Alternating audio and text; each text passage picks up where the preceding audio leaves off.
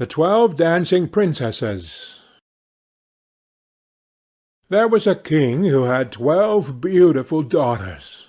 They slept in 12 beds all in one room, and when they went to bed the doors were shut and locked up. But every morning their shoes were found to be quite worn through, as if they had been danced in all night, and yet nobody could find out how it happened, or where they had been. Then the king made it known to all the land that if any person could discover the secret, and find out where it was that the princesses danced in the night, he should have the one he liked best for his wife, and should be king after his death. But whoever tried, and did not succeed, after 3 days and nights, should be put to death. A king's son soon came. He was well entertained, and in the evening was taken to the chamber next to the one where the princesses lay in their 12 beds. There he was to sit and watch while they went to dance, and in order that nothing might pass without his hearing it, the door of his chamber was left open. But the king's son soon fell asleep, and when he awoke in the morning he found that the princesses had all been dancing, for the soles of their shoes were full of holes. The same thing happened on the 2nd and 3rd night, so the king ordered his head to be cut off. After him came several others, but they had all the same luck, and all lost their lives in the same manner. Now it chanced that an old soldier, who had been wounded in battle and could fight no longer, passed through the country where this king reigned, and as he was travelling through a wood, he met an old woman who asked him where he was going. "I hardly know where I am going, and what I had better do," said the soldier, "but I think I should like very well to find out where it is that the princesses dance, and then in time I might be a king." "Well," said the old dame, "that is no very hard task. Only take care not to drink any of the wine which one of the princesses will bring to you in the evening, and as soon as she leaves you, pretend to be fast asleep." Then she gave him a cloak, and said, "As soon as you put that on you will become invisible, and you will then be able to follow the princesses wherever they go." When the soldier heard all this good counsel, he determined to try his luck. So he went to the king, and said he was willing to undertake the task. He was as well received as the others had been, and the king ordered fine royal robes to be given him, and when the evening came he was led to the outer chamber. Just as he was going to lie down, the eldest of the princesses brought him a cup of wine, but the soldier threw it away secretly, taking care not to drink a drop.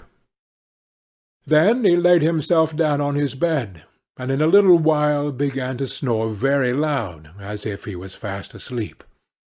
When the 12 princesses heard this, they laughed heartily, and the eldest said, "This fellow too might have done a wiser thing than lose his life in this way." Then they rose up, and opened their drawers and boxes, and took out all their fine clothes, and dressed themselves at the glass, and skipped about as if they were eager to begin dancing. But the youngest said, "I don't know how it is, while you are so happy, I feel very uneasy. I am sure some mischance will befall us." "You simpleton," said the eldest, "you are always afraid. Have you forgotten how many kings' sons have already watched in vain? And as for this soldier, even if I had not given him his sleeping draught, he would have slept soundly enough." When they were all ready, they went and looked at the soldier.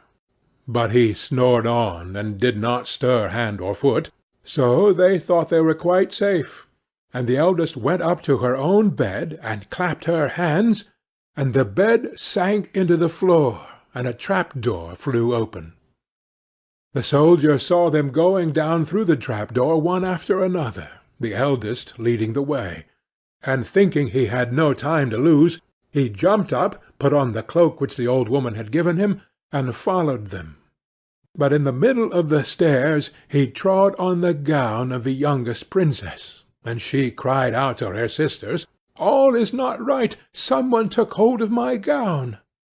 "You silly creature," said the eldest, "it is nothing but a nail in the wall." Then down they all went, and at the bottom they found themselves in a most delightful grove of trees, and the leaves were all of silver, and glittered and sparkled beautifully. The soldier wished to take away some token of the place, so he broke off a little branch, and there came a loud noise from the tree. Then the youngest daughter said again, "I am sure all is not right. Did you not hear that noise? That never happened before." But the eldest said, "It is only our princess who are shouting for joy at our approach." Then they came to another grove of trees, where all the leaves were gold, and afterwards to a third, where the leaves were all glittering diamonds. And the soldier broke a branch from each, and every time there was a loud noise, which made the youngest sister tremble with fear. But the eldest still said it was only the princes who were crying for joy. So they went on, till they came to a great lake, and at the side of the lake there lay 12 little boats with 12 handsome princes in them, who seemed to be waiting there for the princesses. One of the princesses went into each boat, and the soldier stepped into the same boat with the youngest. As they were rowing over the lake, the prince who was in the boat with the youngest princess and the soldier said, "I do not know why it is, but though I am rowing with all my might, we do not get on so fast as usual, and I am quite tired. The boat seems very heavy to-day." "It is only the heat of the weather," said the princess. "I feel it very warm too." On the other side of the lake stood a fine illuminated castle, from which came the merry music of horns and trumpets. There they all landed, and went into the castle, and each prince danced with his princess, and the soldier, who was all the time invisible, danced with them too, and when any of the princesses had a cup of wine set by her, he drank it all up, so that when she put her cup to her mouth it was empty. At this, too, the youngest sister was terribly frightened, but the eldest always silenced her. They danced on till 3 o'clock in the morning, and then all their shoes were worn out, so that they were obliged to leave off.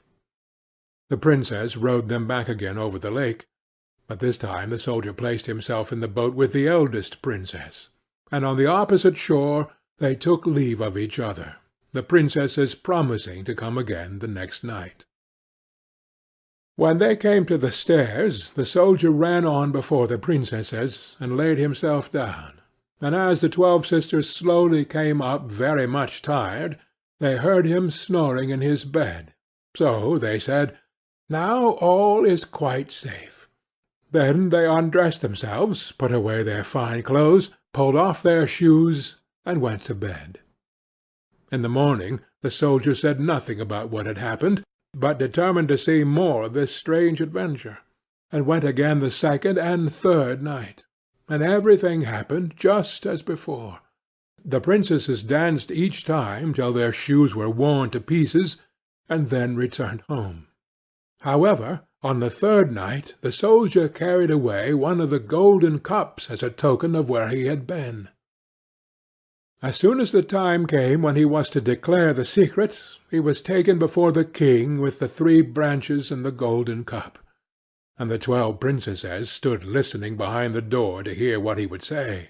And when the king asked him, "Where do my 12 daughters dance at night?" he answered, "With 12 princes in a castle underground."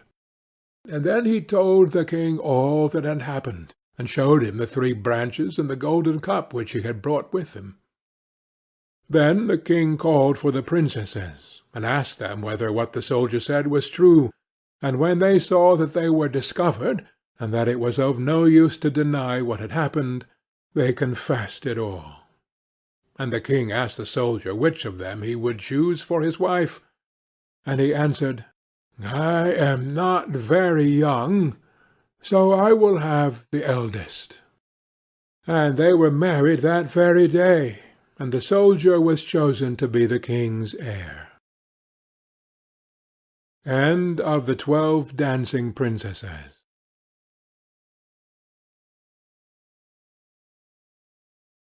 Nobody could find out how it happened, or where they had been.